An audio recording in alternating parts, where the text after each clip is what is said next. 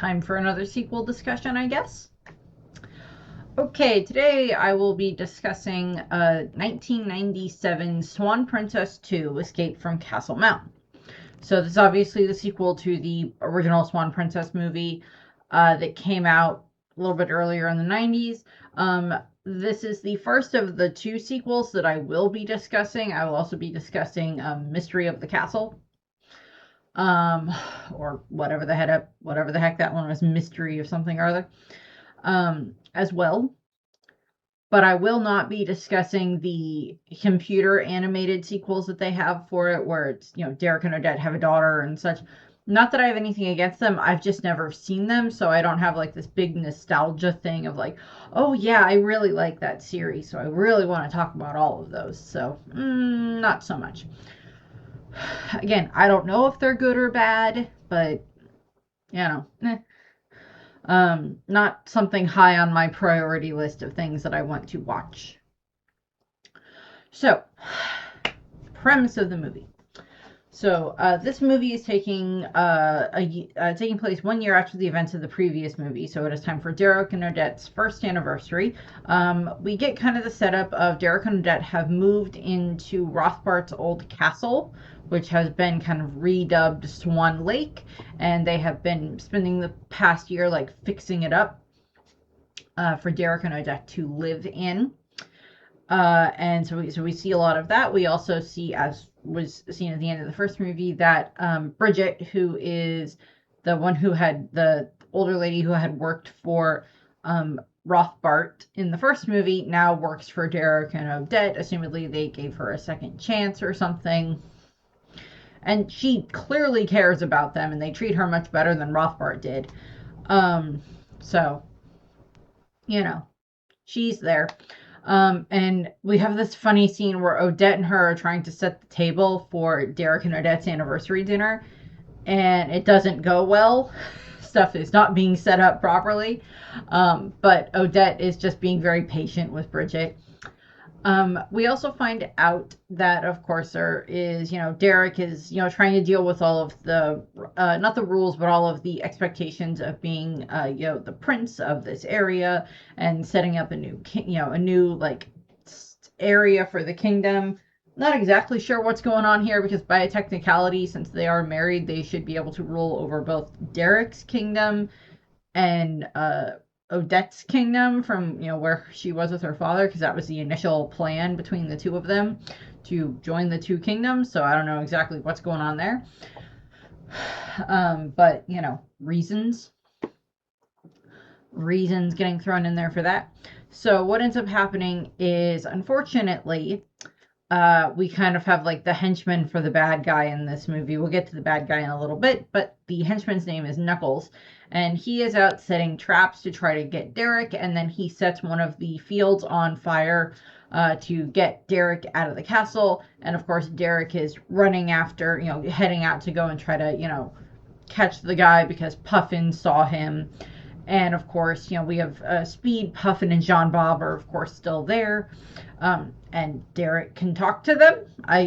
That's the other thing, is like they never explain. It's like Odette, because of the curse, her being able to still talk to them makes sense, but never explains why Derek can talk to them. That just never makes sense to me. But okay, sure, Derek can understand Puffin, Speed, and Jean Bob. Sure, why the heck not? So just, they can understand the animals. Sure, whatever. Odette, of course, because of, she's a good person and everything, she's going out to try to help with the fire relief. So she's going out to deliver buckets for the water and everything else like that to help put the fires out in the field and everything else like that, and to bring supplies to to the citizens that are there and everything else like that. And Derek goes off and he ends up chasing Knuckles through the woods and, avoiding a bunch of the traps. Puffin ends up getting injured. He like sprains his tail, so he kind of can't fly for the rest of the movie, which is just a contrived reason for stuff later. So they're able to, Derek isn't able to catch Knuckles, but like they're able to find clues later that they're going to try to use to try to find him. So I give them credit for that. So we have, Derek and Odette. Odette's like, well, this isn't exactly how I intended to spend our anniversary, and he's like, yeah, me neither. Wait a second, anniversary. It's like he forgot. And then like he apologizes and everything. So we have that, and he's gonna try to do something to make it up to Odette later. Good job. Um, and then what we also have is we have Knuckles is returning to his master, this evil magician named Sir Clavius. And so he is a former partner of Rothbart. So, and he really doesn't like Rothbart. He thinks Rothbart betrayed him and everything from like the actions of the first movie. And like he has this painting where he's doing the thing of like he's throwing knives and an axe and darts at the painting because of how much he hates Rothbart, which is just funny. Um,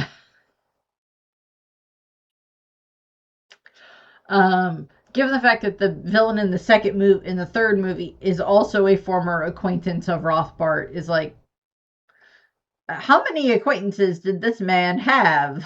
Type of a thing. But Clavius is like trying to boast about like, once we get Prince Derek out of the way, I can get into the castle and I can get my hands on the forbidden arts. And of course, the forbidden arts are the powers that Rothbard has in the first movie that he's able to use to turn into the great animal, and then he's used to be able to curse Odette and all of that stuff. And Clavius feels that Rothbart betrayed him. To be fair, it's Rothbart, so he probably did. And, drove Clavius out. So he's been hiding in a dormant volcano for, I guess, like 17 years, 18 years, whatever how old Derek and Odette are, or however old Odette is at this point in time. Ever since all that happened. So, reasons. And he's just like, oh, yes, I'll finally be able to defeat Derek. The one thing you couldn't do. Don't ask me. So we deal with that. We cut back to, and Clavius is not happy that Knuckles failed in his attempt to try to, kill Derek. And he's like, well, I need to get to the castle to get to the forbidden arts. And Knuckles actually brings up a rather good point of like, well, Derek's been living in the castle for like a year. What if he found the forbidden arts and destroyed him? It's just like, nah, we would know if that was the case. Plus, they were in a hidden area that only Rothbart and I could get into. I'm like, sure they were. Yeah, that's not going to come back to bite you in the butt later or not.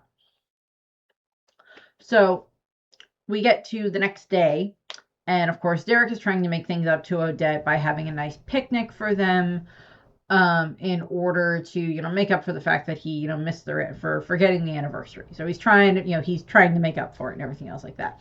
And like they Roger and Bromley kind of went over a bunch of the clues that they found in the forest about Knuckles to try to see if they could like narrow it down to who he was, so they could try to figure it out. So fair, using clues. I like that. Good idea. They took the hint from Blue's Clues. Or Scooby-Doo. Take your pick. And so they're like trying to figure that up. And of course, Derek's like, well, that's great. You guys look into those clues. I'm going to go have a picnic with my wife to make up for it. Also, at this same time, we are learning that Uberta's, Queen Uberta, Derek's mother, her birthday is like the next day. And so we're having to deal with her being like just, she's getting sent birthday cards from a bunch of, the other rulers and stuff like that. And then like they're making fun of the fact that she's turning 50. And I'm like, okay.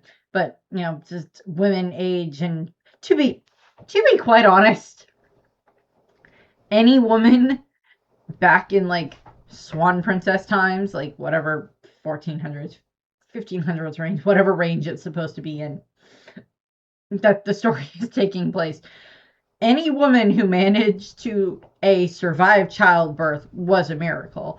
To be fair, she's a queen, so she had like the best, doctors on hand. Secondly, she's 50 in like that time frame, so that's already quite the high bar to end up hitting, for surviving that long. So there you go. From there, we have it that you know, she's upset because, they find out that like Derek's fields got set on fire, and she's like, do you know what this means? And Chamberlain, her little, the little assistant guy, is just like, war? It's like, no, he's going to forget about my birthday. I'm like, okay. To be fair, Odette does kind of have to remind Derek about his mother's birthday, but it's more because, yes, he is distracted because of everything else that's happening. To be fair, there's a guy setting your citizens' fields on fire. You do kind of need to give that some priority. Plus, they're also supposed to be getting ready for this visit from this other king, who we never see, but he's supposed to be visiting for, I guess, diplomatic reasons or whatever. I don't know. So we have that. So, they get a lot of information about what's going on, and Derek actually is not able to stick around for the picnic. And of course, this makes Odette very sad, but she understands. And then we get like the first full musical number of the movie, and it's The Magic of Love. And it's Odette singing about the fact that that Derek keeps getting distracted by all of these, the tasks and everything else like that he has to do as prince, duties and stuff like that as prince. And it's not like she doesn't have her own, because she is, taking a role in that. But it's like anytime that there's almost time that they, try to get time alone, Derek gets pulled away for something. It's the wrong kind of magic. He's here, then he's not, type of a thing. And it's, her, talking about that, where it's like them trying to have time to be together, but then like they get pulled apart, because Derek has to go do princely things or stuff like that. So that's kind of how that, that first song goes. Nice. There's only like three new musical numbers in this. They do use like, you know, uh, For Longer Than Forever is used as like the end credits, and then like they do use oh, what is it? The Courage song or whatever that they use for the that they use in the first movie with the Puffy, Jean Bob, Speed, and Odette trying to steal the map and everything else like that. So, they use that song later on in the movie more as just like, like a backtrack, as like a backing track. It's not, no one's actually singing it. Um, but so what ends up happening is, of course, um, we get a couple of other things. We have it that, uh, the Clavius ends up using the fact that it's like, oh yes, it's Derek's mother's birthday. So he shows up at the palace dressed as a clown on a hot air balloon and essentially kidnaps Uberta because they think this is a gift from Derek. And surprise from Derek. But, so she willingly gets into the balloon, and then he reveals that it's a trap. And she just like grabs him and is just like, I am the queen, and how dare you kidnap me on my birthday? I'm like, girl, just throw him out of the balloon now. You will save your family a lot of upcoming trouble. Trust me. So we have that. So he's kidnapping Uberta, and he sends a ransom note that's, sends the note to tell Derek to, come and get his mother and everything else like that, as part of the next trap. So Derek heads off to go and do that. And then we get the song, That's What You Do for a Friend, which is Odette, Jean Bob, and Speed, or Odette, Speed, and Puffin singing to Jean Bob about wanting to help, that's what you do for a friend. You help them when they're in trouble, essentially. And Jean Bob, by the end of it, is just like, yeah, nice, catchy, didn't work. I still don't want to do this, type of a thing. So we have that where it's just Jean Bob being Jean Bob. Still insisting he's a prince when he's not. So we get some bits there. So we have that little fun number there. And then we have it that, Odette is back at the castle, and she is working on, just getting stuff ready for that evening's dinner. And Clavius shows up because Knuckles is out keeping Derek distracted and running around going through a bunch of different traps and everything. So we have that. So Clavius shows up at the castle, reveals that he knows, that he used to work with Rothbart and everything like that. And Odette tries to stand up to him. He drags her off and locks her in one of the towers. And he heads off to go after the orb because he knows where the Forbidden Arts is. The Forbidden Arts is essentially like this glass orb that kind of looks like you know those like things that you like at a museum. Give me a second, I'll be right back, and I have a perfect example of this. One moment.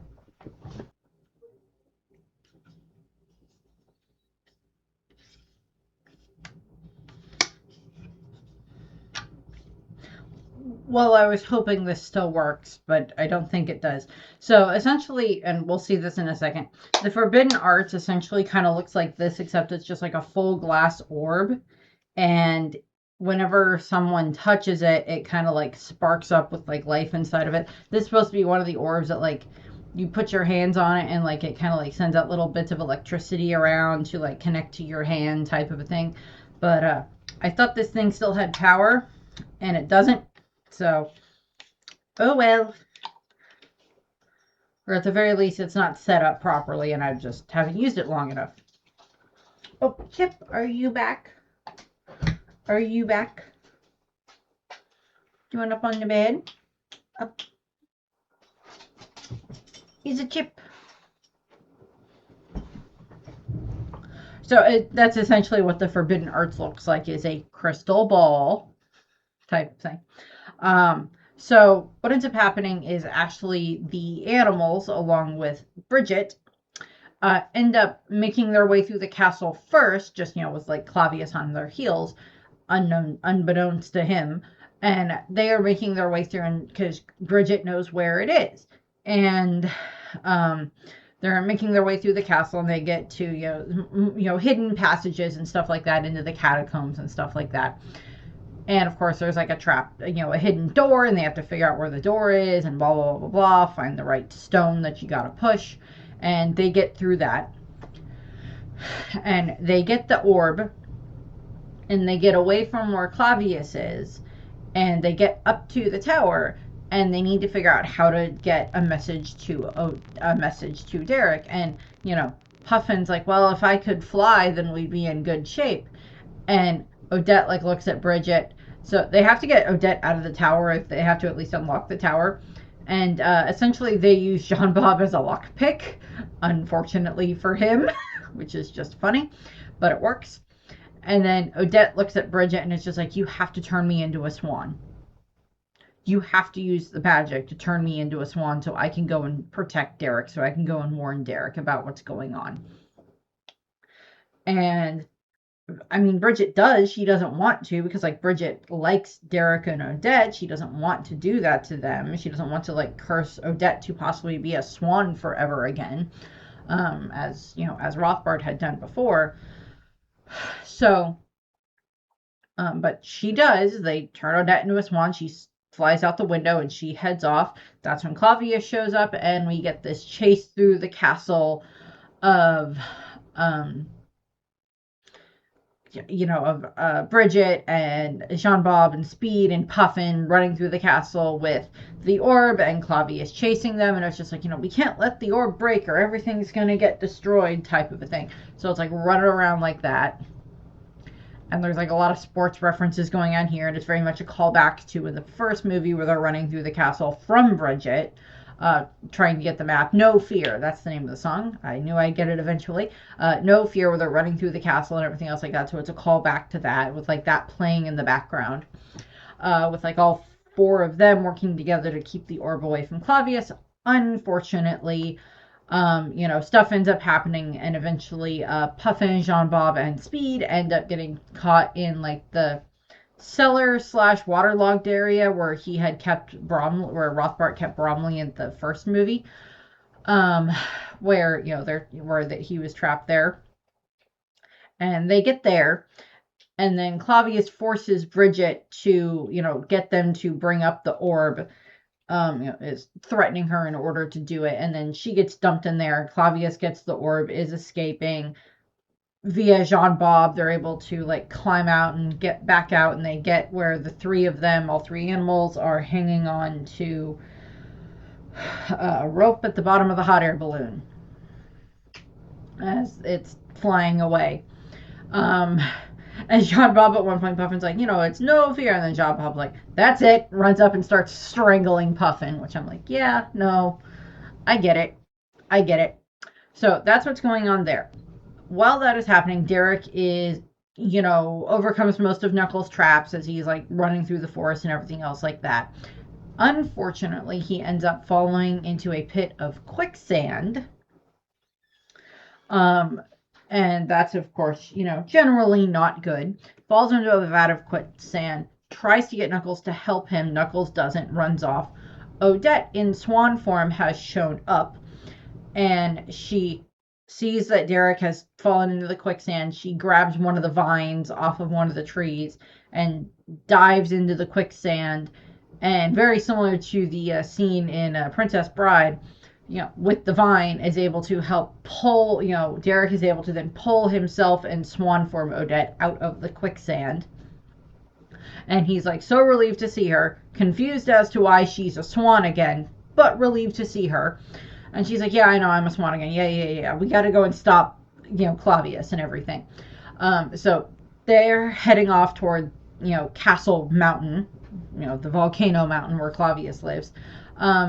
There's also this running thing in the background where, so when Clavius returns to the castle, when he has Uberta with him earlier, she is like, I am the queen and it is my birthday type of a thing. And that, I may be kidnapped, but I am still the queen. And she's like going through and she is like telling Knuckles, like, you will follow me 5 steps behind, you'll follow 5 steps behind me, no more, no less. And like all this, and like Knuckles is like very confused as to what to do, so he's trying to do his best, even to the point where it's just like, opening the door to her cell and bowing to let her in and everything else like that. And then there's like this other bit where like he is like rearranging the decor in the cell to try to fit Uberta's liking better, and Clavius is not happy about this, so it's like them arguing over him.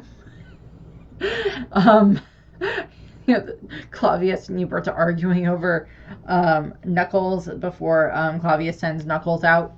So we get that funny bit there, which is just great. And so now it's to the point where like Clavius has returned to Castle Mountain, and he has the orb, he has the forbidden arts, and he's getting the power, and it gives him the power to create, change, and destroy. So then we get his musical number, You Gotta Love It, where for some reason he ends up playing air guitar, even though he shouldn't know what an air guitar is in historical context. And like, so he has the power to, these various powers. He has the power to create, means he can create all of this different, he creates piles of gold and a bunch of this other stuff. He has the power to change. He changes like lots of things into rocks and vice versa. And then he has the power to destroy, which of course is, just destroy things, make them go boom.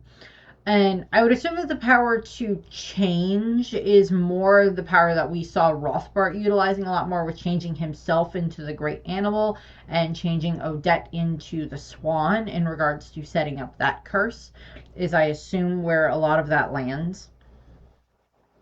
He did use the power to destroy at various points in time, but I think Rothbart more used change and kind of create for like the illusions that he would create.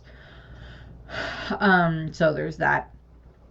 So we get Clavius's number with all this going on. He's like zapping stuff around and all this other stuff. And like, so various things are getting changed into other things, and piles of gold are showing up and a bunch of that stuff. But there's a couple of other things that end up happening that kind of coincide with this. Sean Bob, Speed, and Puffin are there. Puffin and Speed are trying to get the orb, and Sean Bob is just trying to hide and keeps getting near missed by all of the magic flying around. There's also a moment where he literally does get turned into like a prince, and then immediately turned back into a frog, and nobody sees it. So Sean Bob did get to be a prince, and then he's a frog again, so that's running gag in all 3 movies, I believe. Or at least in the first 2. And then Clavius, because he is so tired of the way that Uberta is just like jabbering and badgering and just like yakking at him and everything else like that, he turns her into a bunch of different animals trying to find a form that is far less annoying to him, and none of them work. So he also at one point like put her into like like peasant robes and using trying to do like manual labor type of stuff with his power. So there's a lot of that stuff. And she's like, yeah, you may need to use your powers to try to become a king and blah, blah, blah, blah. But I am truly a queen type of a thing. And I'm like, yeah, girl, you are. Yes. So we have that. Um, so that's a bunch of what's happening there. While this is going on outside of the volcano, Derek and Odette have made their way to the dormant volcano, and in the process, they end up getting captured by Knuckles. Well, Odette gets captured by Knuckles, and Derek almost falls into the pit, but he manages to, vine swing, rope swing type of a thing, and Odette manages to get away from Knuckles, and so like they're together. Type of a thing. Derek and Odette are like reunited, and they're like, okay, well, we got to get into the castle and we got to save, Uberta and destroy the forbidden arts. And then they find out that like the other friend, that their animal friends are there. So we get that. They get into the castle, into the volcano setup, and they're running around, and like Derek is fighting against Clavius and all of that stuff. So we're having that stuff while Jean Bob, while Odette and the animals are trying to free Uberta and everything like that. And then at one point, Clavius has Derek cornered, and he's, attacking him. And Jean Bob is actually the one who jumps down onto Clavius's head and covers his face, and that allows Derek to grab the orb, and then like kind of forces Clavius to like stay where he is while like everybody else is like getting into the hot air balloon to get away. And he's just like, well, if I don't have this orb, then I can't turn Odette back into a human. She'll be stuck as a swan forever. So they're heading through. Unfortunately, Clavius ends up hitting Jean Bob, ends up getting hit with one of the things to destroy. So Jean Bob seems to be dead. So that's not good. And so it's like everybody's all sad about that, of course, but they need to escape, and they got Uberta out, so they're all in the hot air balloon trying to escape. Clavius is chasing after them by climbing up the hot air balloon rope and jumps in, which of course results in Derek, Clavius getting knocked over, the orb falling, and the orb falling into the volcano, and just boom. Orb blows up. Volcano erupts. They all manage to escape the volcano, thankfully. And they get their way back to Swan Lake, and they're like, okay, well, how are we going to fix this? It's like, well, if this doesn't work, they have like, Odette is, in her swan form still, and she's sitting on the lake like she would do when she was under the curse, and she has Jean Bob with her, and like everybody else is like gathered around, Derek and Uberta and Bridget and the other animals, and Roger and Bromley and Chamberlain are all there. All the important characters are all there as this is happening, and they're like, okay, well, if this doesn't work, I don't know what we're gonna do. And the moonlight comes on, and they're thinking that maybe it won't work, and then it does, and Odette turns back into her human form, and Jean Bob is revived. So everybody is good. There's hugs and everything going around, and then fireworks go off because it's Uberta's, birthday, and she's so happy about this, and she's like, yeah, this is awesome. And so it's just like, because Derek didn't forget about that. So we cut to the next day, whatever, and Derek and Odette are off on their picnic again, actually trying to do the picnic this time. Roger shows up, tells him that the King of Lincolnshire has arrived a day early, and they're like, frick. You know what? And Derek's like, you know what, Roger, you go and handle him. I'm going to spend the day with Odette. I'm going to spend the day with my wife. And I'm like, maybe not the best idea to snub the King of Lincolnshire, because he's apparently one of the wealthiest kings around. Also, Lincolnshire possibly has some connection to Lincoln, Nebraska, but only via very tangential name setup, but not quite. So I just wanted to point that out because it's funny. But so we have that, but I don't know. I mean, like, I get go and spend the day with your wife. You've been kind of not like ignoring her, but she got put on the back burner type of a thing. But he's like, I'm gonna spend the day with my wife. Good job for you. And of course, the ending credits have the far longer than forever played over the top of them because that's song from the first movie. That's Derek and Odette. So we have that. In regards to cast, Michelle Nicastro, I think, who voices Odette, I think is the only returning voice actor. I think everybody else had a different voice actor than the first movie because this was not a two theaters DVD or two theaters movie. This was a straight to, well, it would have been straight to VHS at the time, but then DVD setup. So we have Douglas Sills as Prince Derek, Jack Williamson as Sir Clavius, Christy Landers as Queen Uberta, Donald Sage McKay as Jean Bob. If you remember, John Cleese voiced him in the first movie. Doug Stone as Lorenzo Speed Trudgealong, Steve Vinovich as Puffin, Joey Kamen as Knuckles, Joseph Mandrano as Lord Rogers, and that's about it. There's not really anybody else that's about it. There's not really anybody else there. But that's what we have for this. As I said, I will be doing the third one as well. I'm not going to be doing any of the other ones. I guess there's a possibility down the line I will end up watching them, but they're not like high priority on my list. And I actually had to, like, this is actually being recorded after I recorded several of the other ones that came out after this one did, but I backtracked, so we're going to see how all of this lands for when all of these go up. Also, in regards to some of the sequels, I will be doing the 2 Balto sequels as well for reviews, but those will be a little bit down the line because they came out a bit after. But, I like the Balto movies. They're cute. The same reason I like these. I kind of grew up on these as well. So that's what we have here. I thank you very much for watching, and I hope you have a nice rest of your day. Bye.